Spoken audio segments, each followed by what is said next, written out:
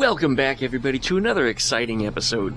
Right here we have a 1974 Goldfish Bowl Stupid Beetle, which you guys have seen me work on before. This one was here, about a year ago. I completely assembled the car out of just boxes of nothing. Well, it's back. This time again, for a bad ignition switch. And you might remember from the last video I was trying to work on it before it so terribly rained and interrupted my progress.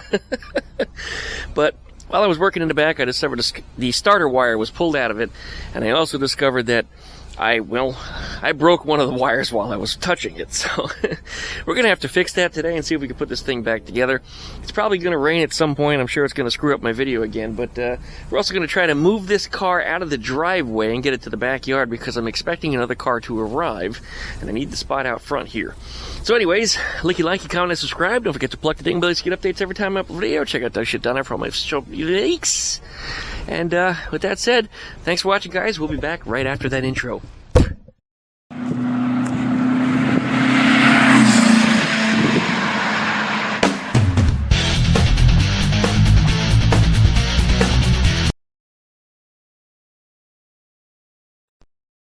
Alright, we got it back here. It was a little bit of work, but we got it pushed. You didn't help at all. No, you didn't.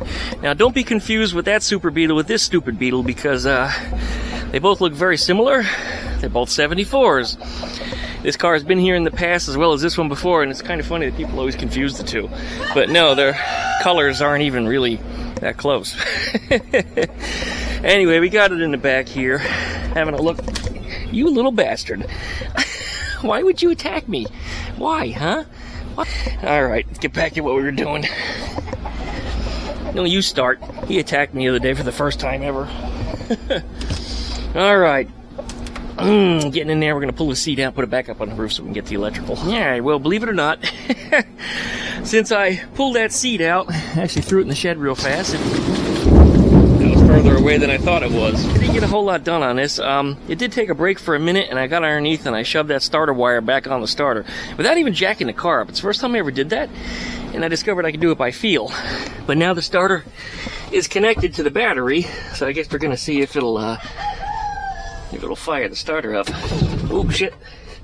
I parked it in gear. I forgot. Don't want it to roll. But yeah, that, yeah, it looks like the battery's got some juice in it, too. So it is turning over. That's a good sign. I need to get that wire reconnected to this wire, because that's the one that broke. And I don't know if the ignition switch is bad or not. The owner of this told me it was working okay one day, and the next day it just didn't want to start. And that was the same problem we had with it twice. 2 times. This will be the 3rd time if it's the same problem. The last 2 times it was the ignition switch up here behind that key under the dash. Real pain in the ass to get to. I got to take the steering wheel and steering column all apart.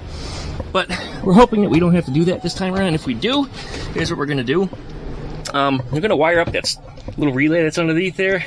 Usually I think that's for the rear window defroster. We're going to use it for the starter in this case, because there is no defroster. And I located, and I don't know why it's there, but there's a push button under the dashboard. If this button's good, we're going to make that start button. These are easier to replace if something goes wrong, so that's what we're going to set it up as. Because I'm tired of replacing these things, especially since they've been warranted at a local auto parts place, but I'm tired of going in here getting new ones. As long as it still turns on and we got juice, which it does, we should be okay. Alright, well, of course turning it doesn't work because the wire's not hooked up, if the switch is even good at all, but we're about to find out. Alright, I got my fan turned up in here because the humidity is so high right now, it's absolutely disgusting. What we're going to do is we're going to turn on the key. You can see we have no light on the test light, so we'll turn on the ignition up here. That should be on. Got my ground connected over there on the brake line, which is usually grounded. Yep, we got power. Alright, so this should be our starter wire. This one right here. So if I put it in here, and then we turn that key to the start position. Yeah, look at that, no light. Okay, ignition switch is definitely bad. Either that or we have a broken wire somewhere else. So something's definitely wrong downstream. Alright, well, that's where we're at. We're going to rewire the front for sure. We're also going to go into this relay. This relay is nice because it already has a ground on it. And I believe this goes here. And then this one is going to go there. Probably should put it on the other side here. And you say, why, Duckman? Oh, the end came off. Oh, fucking end. I'll replace that end in a minute. I don't know why that was junk. Didn't fit on that wire too well. Maybe I need a bigger one. Anyways, we're gonna have to tap into this black wire here and run a wire to there with a fuse in line. And you're probably saying, Harry, you know, why are you gonna run that through there? It's because you do have to have an extra positive line that keeps the coil ready to go and hot, just in case that you know, power is going to be applied to it. So that's ready to go. I see you over there, buddy. He's checking me out, waiting for his grandpa to sneak up behind me and attack me, though, like he has been. Alright, I'll get that input back on there, and when I was pulling on this, it feels like it might have came out underneath the starter again. What a pain in the ass that is. I probably need to get under there, and it's an end just like this. I probably need to pinch it with the pliers and just crush it a little bit so it fits a little more tightly. Not that big of a deal. And also, while we're under here, we need to get that look at that start button and pull the wires out of the ignition and make that work too. Yeah. Here it is. This is a stupid Beetle dashboard. They actually do come apart, unlike a steel Beetle. So, I don't know what it's going to take to get behind there. Yeah, it's not easy for my hands. Oh, I can feel the back of it from here. Hope there's little push-on connectors. There might be. In fact, it feels like the whole thing's going to come out. Maybe that's what we'll do. We'll just remove the whole damn switch. Wire it up that way. Otherwise, the ignition switch, the wiring from that comes off just like that. That's right, if you had an extra ignition switch and you broke the steering lock, you can actually start the Beetle up with your own key. Because it comes off that easy. It almost makes me wonder why they bothered to put a key on it at all. Alright, real short and sweet. Right here's our two wires that we're going to hook to the starter switch. Here's the starter switch. It's got two screw terminals on the bottom of it. I thought they were push-ons, but they're not. So I'll put one on each. This is the stock wire that goes back to the starter, which I don't know if that's necessarily the right color. It's usually white and red. I should say black. I'm sorry. Yeah. Usually it's red with a white stripe. And this purple one is one that I made. This is actually just spliced into the coil wire. So when you turn the key to the on position, the coil gets hot, which means this switch will get hot. And then of course it'll feed enough for the relay that's in the back, which by the way I tested that and it turns out the relay is bad. Shame on me for expecting the relay to actually be good, but I have to pull that out and I gotta go to the store and get another one. So before I can finish this video I'm gonna need a relay. Alright, well, such is life, right? Let's go ahead and put these screw terminals onto these wires, put the switch back in the dashboard, and I can call this section of it done. What do you think you're doing? Huh? I don't think so. I don't think so. I don't think so. No, you will not. You're not picking on me while I'm working. He doesn't like it when I talk. I guess most of you guys watching this video don't like my voice either. I'd be good. Alright, there it is. Ready to go back in the dash. So. Alright, here we go. We got the switch back in the dashboard, which you can probably barely see because it's so damn dark. It's usually how my videos end, guys. It just gets dark. Alright, here we go. We got our lights on the dashboard. Idiot lights are good. We're going to push that switch underneath, and I see it behind me glow because there it is. So now all my wiring to the switch is good, so all we got to do is replace that relay because I did test that earlier, and it turns out it's no good. Probably got wet. Willing to bet it. Anyway, the actual coil in there doesn't energize anything. I don't even get power out of either side of it, so it's probably a broken connection in there. Probably got fried. Alright, well, we'll replace that, and then the sucker's finished.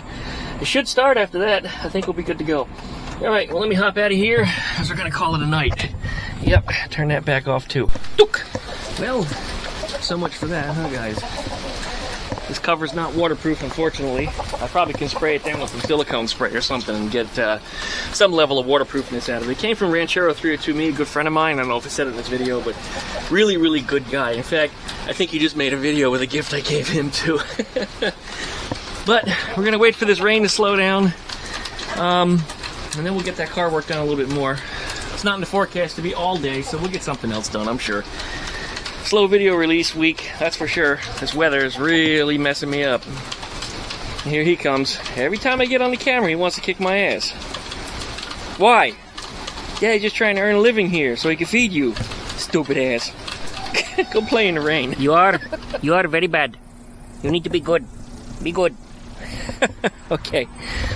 Oh, I don't remember where we left off on here, but let me turn that fan down. It's making a little too much wind noise. I did. Don't you dare. Don't you dare. Go away. Go away. Yeah, I had to get the broom. He listens to that. All right, well, since we left off in the last video, I got in here and I just simply shrink tubed the ends on everything. I replaced that end, which the crimp failed on it. I also tapped into this, so that way we have a nice hot lead, which goes here. I also discovered that this relay here is no good, so I picked up another one from the store real quickly, so we're set to go for another one on that.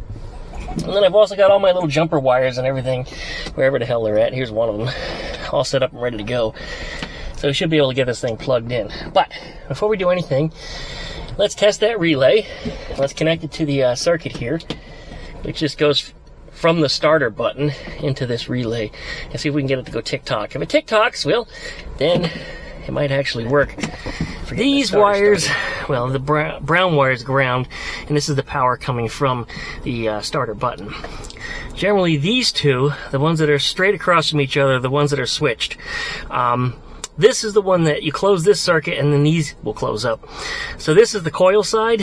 It really doesn't matter which side you hook up the positive or negative on. I know they're numbered. People ask me this all the time, and they have in my previous video where I did the hot start relay just the same. But when it comes down to it electrically, it really doesn't matter, especially when you're hooking it up custom like this. Now, if you're sticking into an existing socket, like something that's OEM, then you want to get them right. In this case, it really doesn't matter all that much. Now, our hot lead should be this one here, and that one should go on this. And you know what? Before we even do that, let's turn our key on up here and see if we can get some clicky.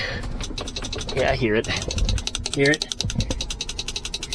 There it is. Okay, that's good. Turn that key back off. This whole time, probably should have had the battery disconnected, so don't do this the way I just did it, because that was technically hitting this foil stuff, and this sound deadening, which has foil on the back of it, technically it's grounded. If anywhere in his chassis you manage to find ground somewhere, it will be grounded. But put the starter to here. Now, if everything is connected right, and I believe it is, if I hit that start button up here, it should start up. Where the hell is it? There it is. All right, good. All right, everything under here works. You can start picking up some of these tools. And I heard it try to fire up actually just a second there. So, in fact, I smell some exhaust even. Let's give it a shot and see if she starts up, because this thing hasn't been running months. All right. It also means the gas in that carburetor is probably no good. The gas pedal doesn't feel stiff. Here we go.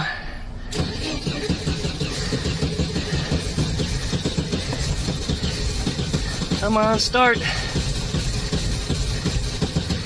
It's trying. There it is.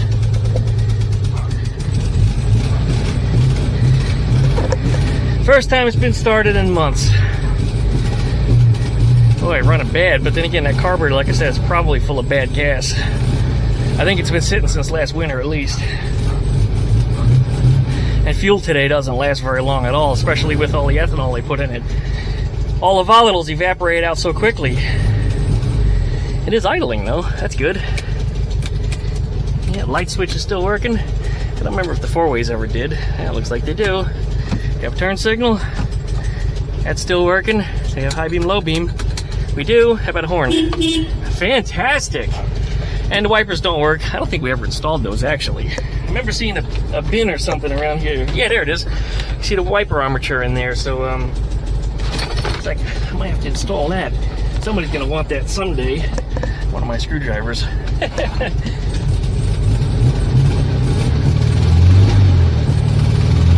Oh yeah, it runs bad.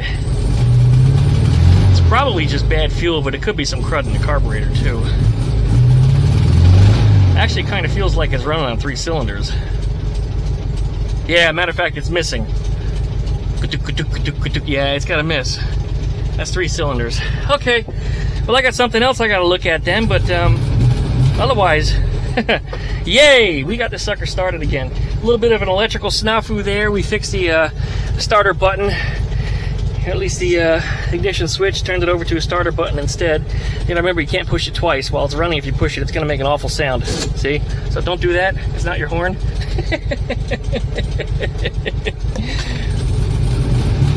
I should probably let it warm up. It may light off all 4 cylinders. It's really boggy, like horribly boggy. I give it gas and it just...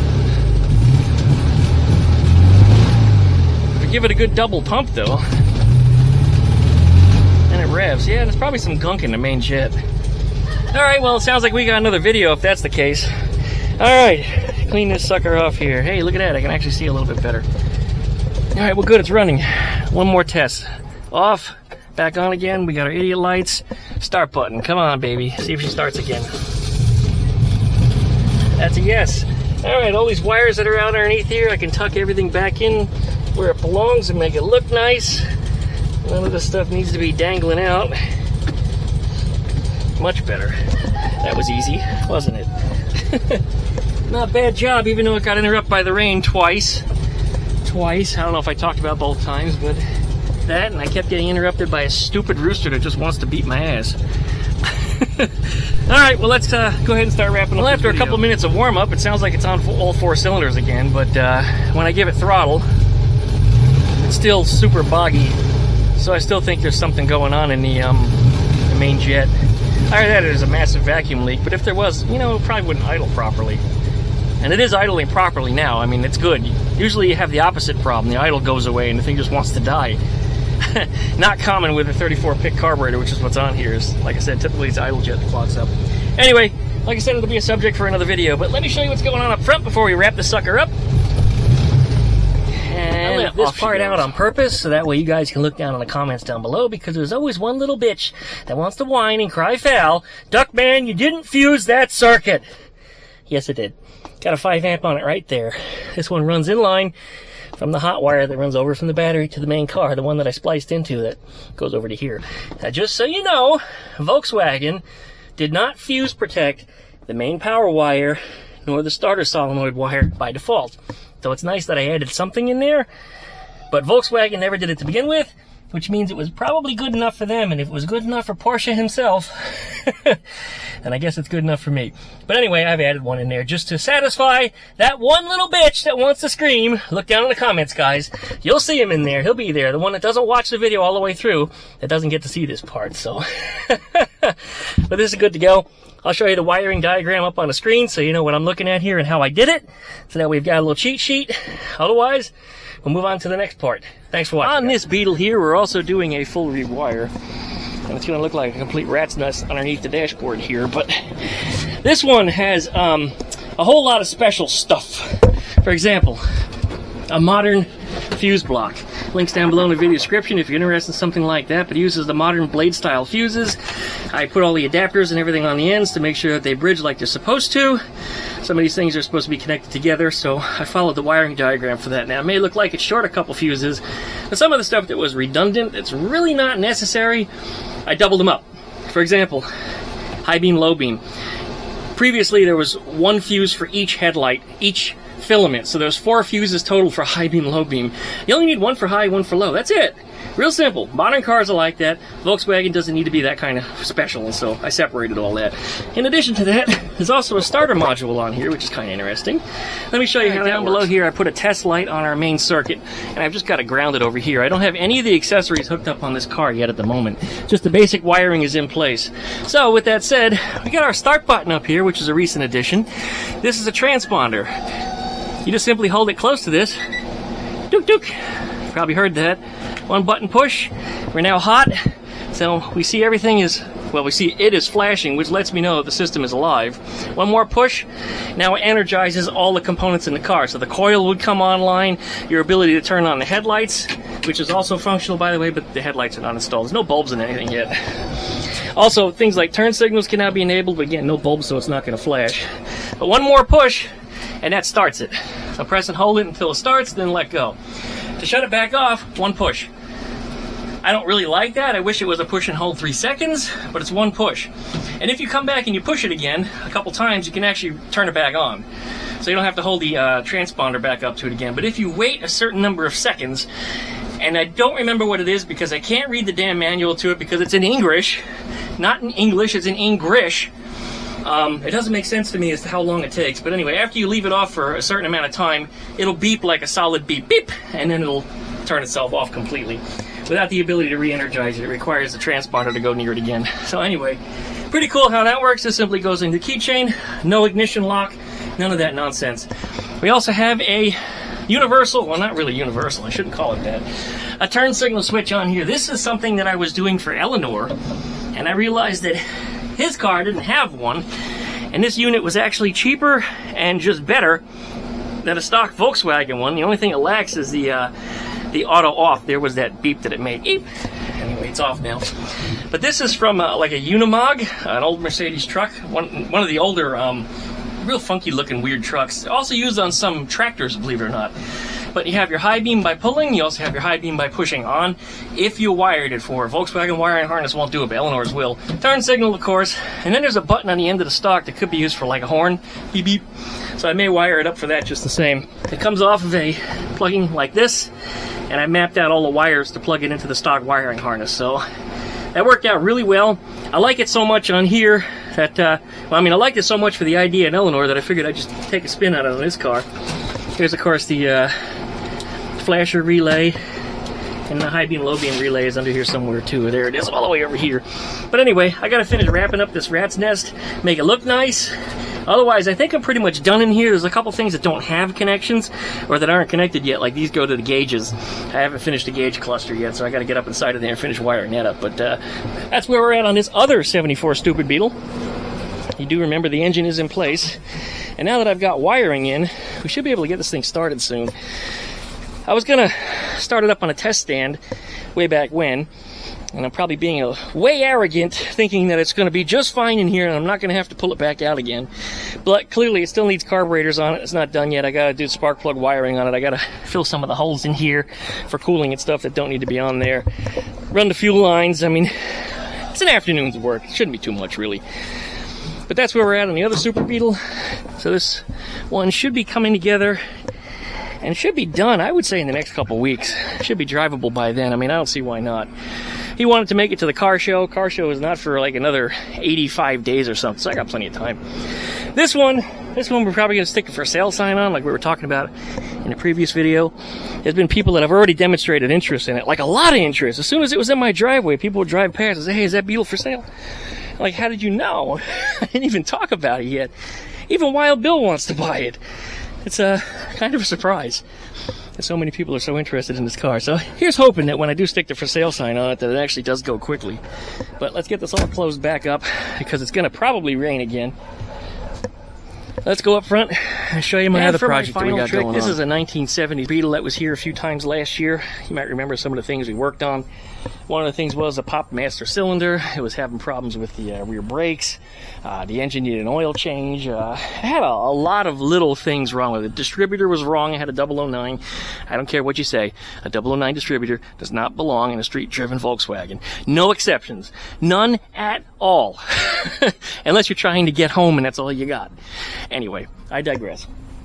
We'll get this thing worked on. It's got a new problem now. The new problem seems to be that the clutch doesn't do anything when you push it, and it's like there's no resistance when you push on it. So I got a feeling that the throwout fork inside of there blew out, and it may have taken the throwout bearing with it. So while we're in there, we're going to replace the fork if necessary. Also change out the throwout bearing. We're going to inspect the clutch. We're going to check the end play. You know, all the stuff associated with pulling an engine out, and then we'll put it all back together, and it should be fine after that. This thing's been back here. This might be the 4th time it's here. It comes back a lot. But eventually we're going to get to the point that there's going to be nothing left to fix on it.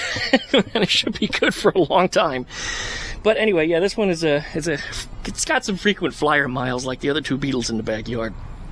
So we'll get this thing straightened up, and it should be good after that. But I guess that's going to be it for today, you guys. So we have some more videos coming up on that. We're going to try to do some more go-kart stuff coming up this weekend. So licky, likey, comment, and subscribe. Don't forget to pluck that dingle belly so you get updates every time I upload a video. Check out duckshit.net for all my different social media links. Thanks for watching, guys, and we'll see you on the next go-around. Oh, and there's Ruby. Hi, Ruby. Come here, come here. Yeah, you ain't so tough. You ain't so tough. No, you're not. I'm faster than you are. Because I learned how you fight. Yeah, I learned how you fight. You can't hurt me anymore. No, you can't.